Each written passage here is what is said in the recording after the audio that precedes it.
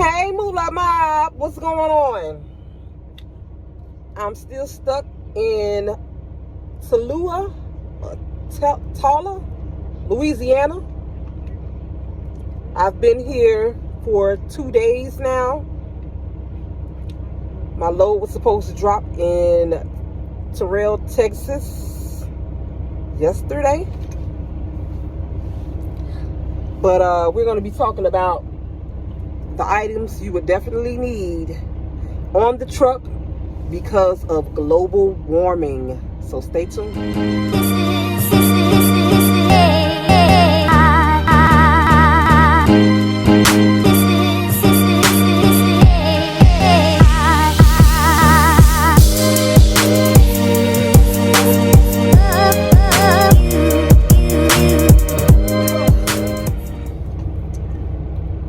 I am full of emotions right now.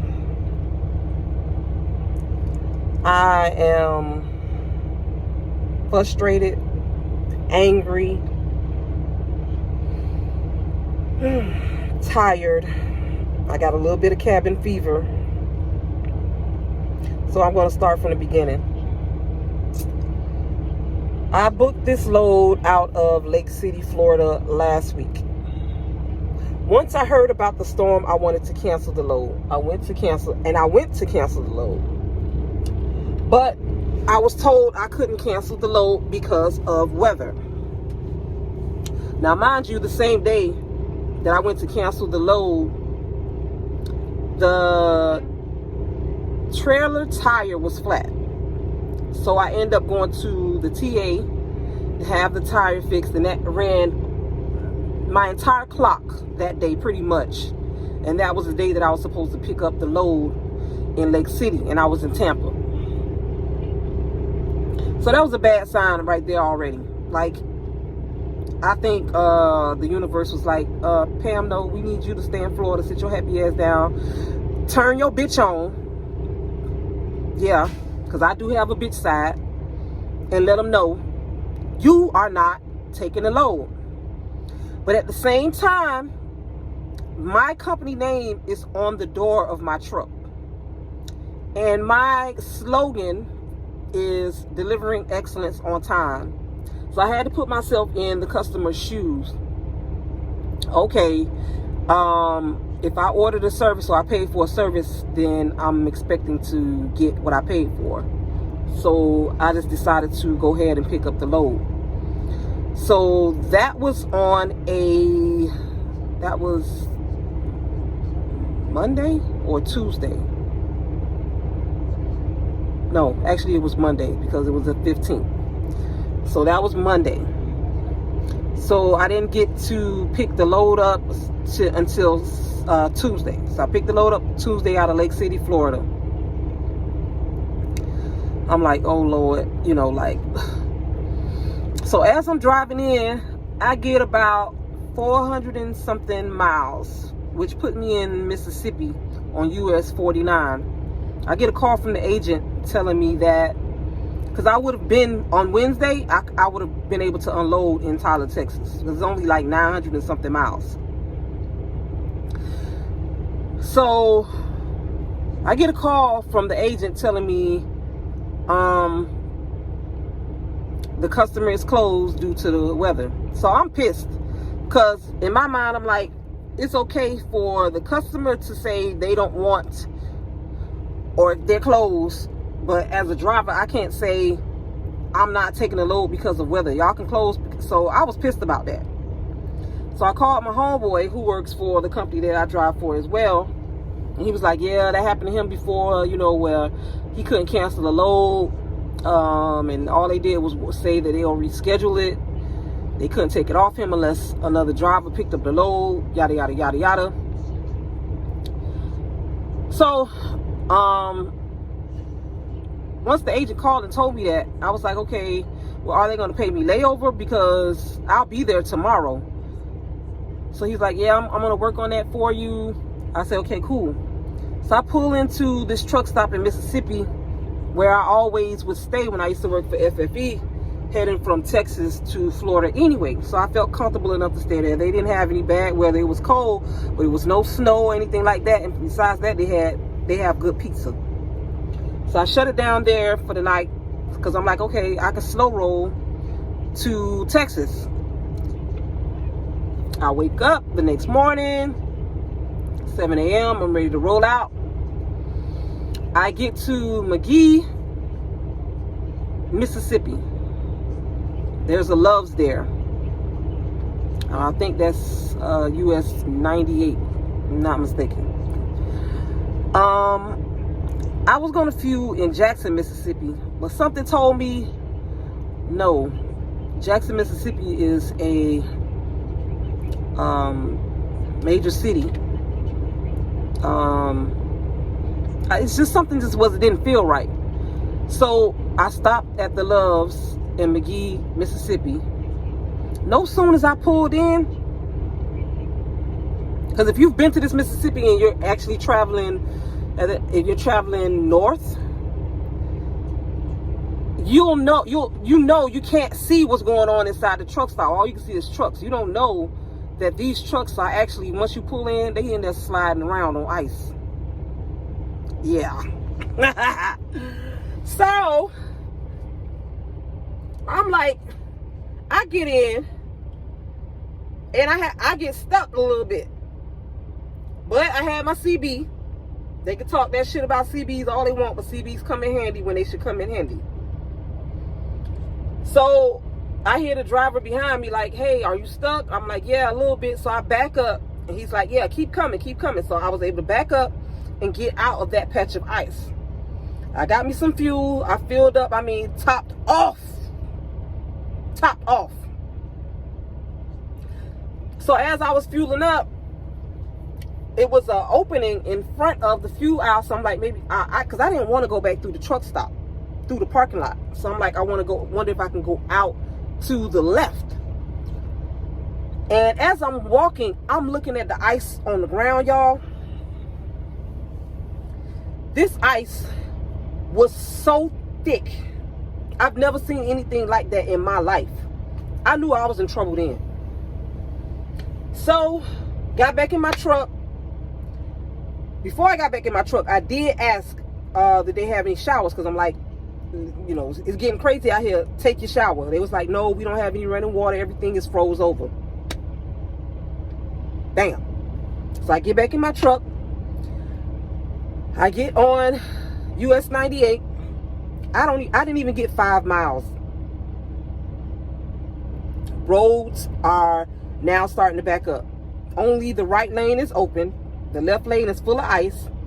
And I see this little small black SUV fly past me on the ice. These folks are from Mississippi. They have no idea what black ice look like. In their minds, they probably think it's snow, it's slush. But when I got up the road, homegirl was in the ditch.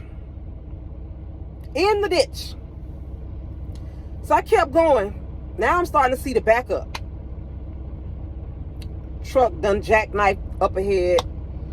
The fire department comes down and say they finally got the road closed. Cleared. We can pull ahead.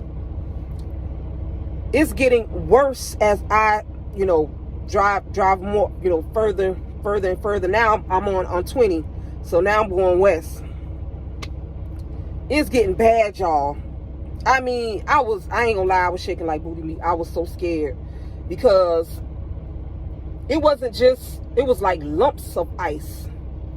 If that makes sense. Like, not just like, so where ice was melting, from tires, but there was certain parts of the road where the ice would just sit and pile up like little blocks of ice. So in other words, if your steer tires happen to hit that, it can send you out of control.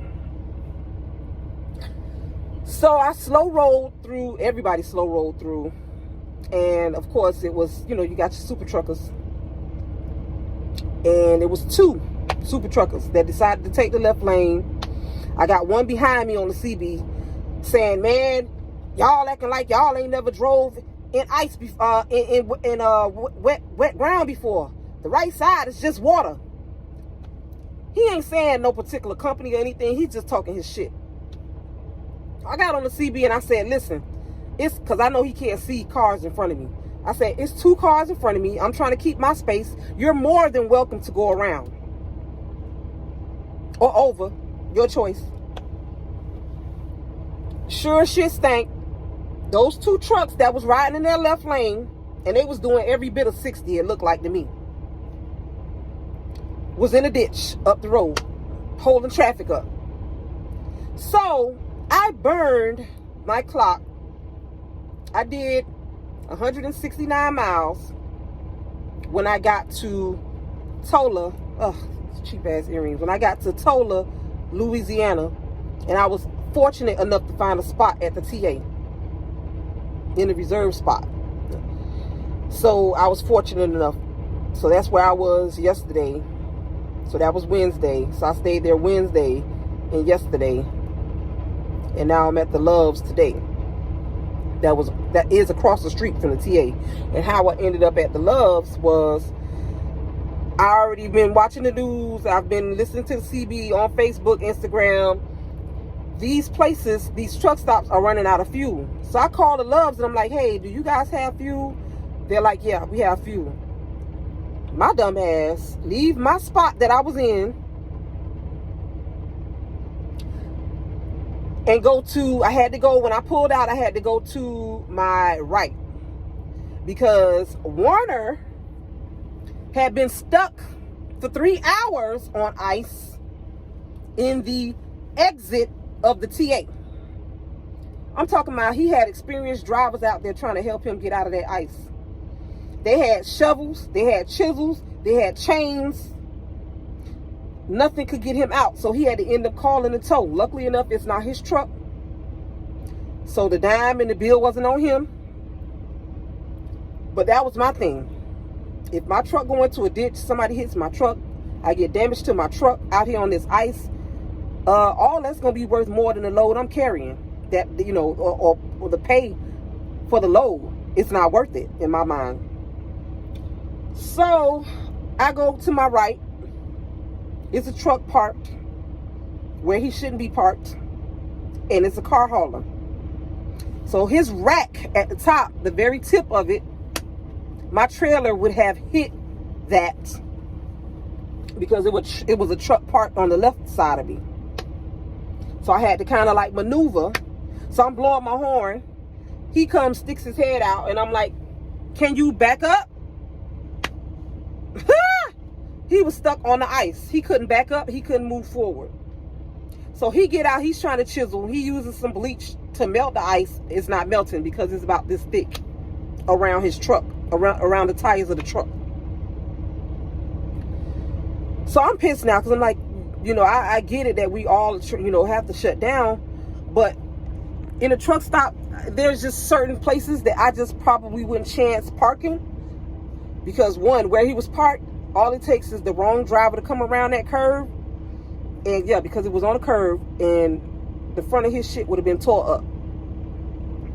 I'm just not willing to take accidental chances with my equipment. But that's just me. I know there's an old saying that there's always room for one more in the truck stop. But yeah, should use that with care and caution. So anyway, I get stuck on a patch of ice trying to get around him. So luckily enough, these 2 gentlemen helped me. They had some chains and I was able to get out. So I had to power through the TA because that TA was full of ice.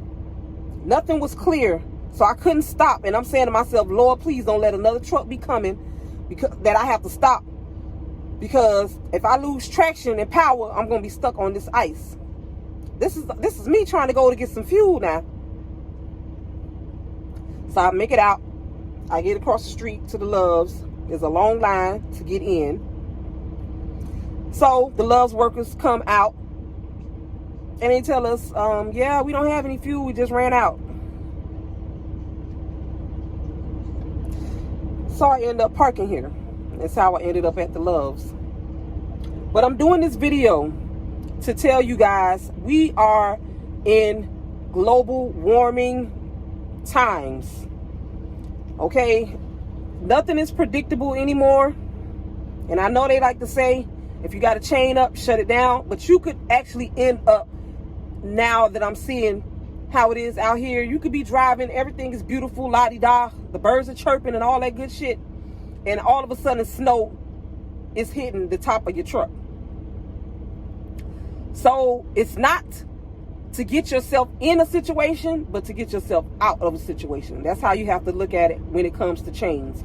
So at a minimum, I would suggest a pair of chains for your drives if you have to get out. And then not only that, you might want to look at it like this. Weather is so funny. It could be raining or snowing on this side of the hill or mountain and dry on that side. So you're going to stop and shut down when you could have had some chains to get you through, slow roll to the other side, and you can keep making your money. So you're going to allow, I'm not chaining up, shutting down to put you behind on schedule and stopping your money. That just don't make sense to me. But you can do what you want to do. But I'm just saying, that's what Google Maps, Weather Channel, apps on your phone is for. To let you know that, hey, yeah, you could go over and you could be good and safe on the other side instead of sitting there waiting for whatever it is that's coming. Whether it's a tornado, a hurricane, anything. You want to know these things. So yeah, I suggest at least a pair of chains on your truck. Not the socks, because I've heard that the socks, they are not good with traction on ice. All right, do your homework on that.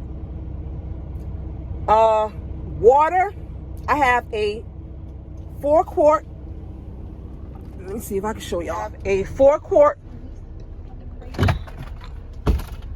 that I keep full of drinking water that I fill up on my home time on the truck. That's what I use to brush my teeth, wash my face, if I need to cook a meal, to use the toilet, take a bath.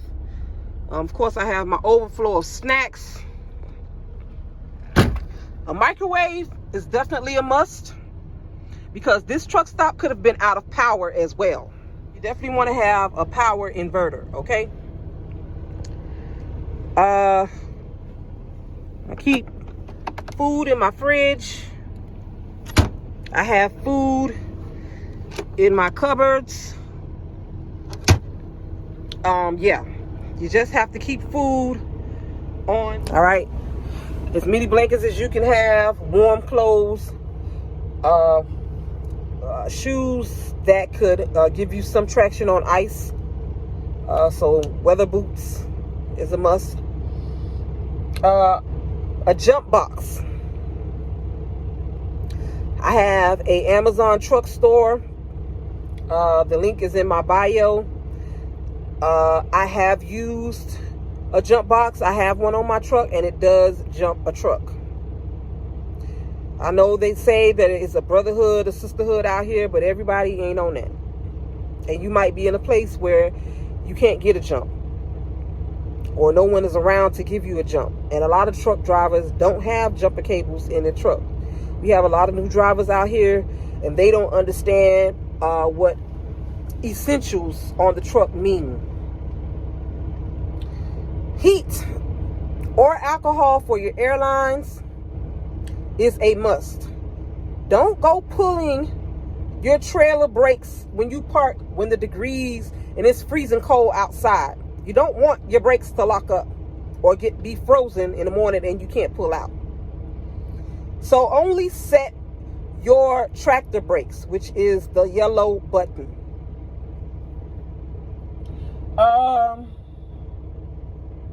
Drain your tanks daily, okay? Because your tanks can become, you can get ice in your lines from the moisture in your tanks. All right, so that is a must. That's part of your post trip anyway, or it should be. I don't always do it, but 4 days a week I'm draining my tanks. But now I see I'm going to do it more frequently. Anti-gel for your diesel. Keep that on your truck is a must. Freezing temps will gel up your diesel. That will fuck up your fuel filter. You don't want those kind of problems, especially if you own your own truck. All right, what else? A shovel. Yeah, a shovel and chisel is a must on the truck now. Ice melt. Ice melt or kitty litter. Because again, you just don't know. And southern states don't carry those things, those items in truck stops. So I've already been on Amazon. I've ordered my ice melt. When I get home, it's going to be waiting for me. My chains are going to be waiting for me. I'm not taking any more losses on the chin lightly. Yeah. Okay. So yeah. Let's go over the list again, because we're in a global warming thing now. Nothing is predictable anymore. They can tell you, yeah, sunny tomorrow, but you know, Mother Nature has her own plans and no one tells her what to do. They say bleach can melt ice as well, but I don't know how well that is when it comes to the rubber on your tires. It's not something I would be willing to try unless it was in a dire emergency. But yeah, chains, water, blankets, food, warm clothes, heat, anti-gel, shovel, chisel, CB. Because the CB helped me out when I was at the Loves and I lost traction on my truck. A lot of drivers feel like, oh, well, you know, they be talking that racist stuff on the CB. You use the CB for what you can use it for. We all are professional drivers, so we should be looking ahead anyway. You see too many brake lights, you should already be slowing down, coming off the fuel, doing what you need to do to prevent yourself. But things do happen. But yeah, a CB is definitely something you should have on your truck, because when I woke up this morning, I turned it on and drivers were saying that I-20 going west was a mess. We're talking about backed up throughout Louisiana for miles. And when I looked on Google Maps, sure enough, so as we're on the topic of Google Maps, it is not truck friendly. However, it will keep you abreast of what's going on ahead. All those red lines, it'll give you a warning for what's going on ahead. So I strongly suggest you use Google Maps. Okay? Weather apps, Weather Channel, all those things are a must now. Checking the weather is nothing to play with. I'm not going to even sit here in front. I was not really a big person on checking the weather because I don't have a problem with driving in rain. I don't have a problem with driving in snow. And as an owner-op, I'm trying to stay mostly in the southeast region. I won't be going Midwest too much or west until the winter months. The summer months. But as we can see, things do change. You see how fast things change? Oh, I forgot. I had to add this into the video. Okay. Portable toilet is a must. Right now, no truck stop within the state of Mississippi, Louisiana, and Texas has water because of freezing. So there are no toilets and there are no showers. So a portable toilet is a must. I know a lot of drivers are like, I'm not shitting in my truck. But are you going to hold it for 3 or 4 days? What you doing? So it's either shit or die. So definitely that. And on the topic of shitting, okay, if you travel with a dog like I do, say hi, Lola. Say hi, Mommy. You not saying hi? Okay, she not saying hi. My dog, she loves grass, okay? I have a pee pad for her, but she's well trained. Once I walk her in the morning and I say go potty, she goes and pee. If she has to poop, but if she don't have to poop, she gonna keep walking to me. But this snow has been murder on my dog. It's just hard, you know. I feel sorry for folks who have dogs on the truck that is used to getting out and getting some fresh air, some exercise, you know. Luckily enough, Lola is small. She's, say hi, mommy. She's like 4 pounds, 5 pounds, so she doesn't really she can run around the truck and get as much exercise as she needs if I play with her. But yeah, that's why I'm saying, like, this has just been a eye-opener for me, because Lola, she is used to grass, fresh grass. That's the only way she will poop. She'll pee. I mean, she'll pee on the snow, but it wasn't until day 2 that she went and finally pooped, which was last night. And we've been down since Wednesday. So yeah, portable toilet with portable toilet bags. There's nothing wrong with the Winn-Dixie bag. I'm just scared of those kind of bags because they can have small holes in them, and you do what you got to do, and now you got a major cleanup. I'm just not willing to take the risk. And I only use my portable toilet for emergency purposes only. So there's no way you should be running through portable toilet bags frequently, if you get my drift.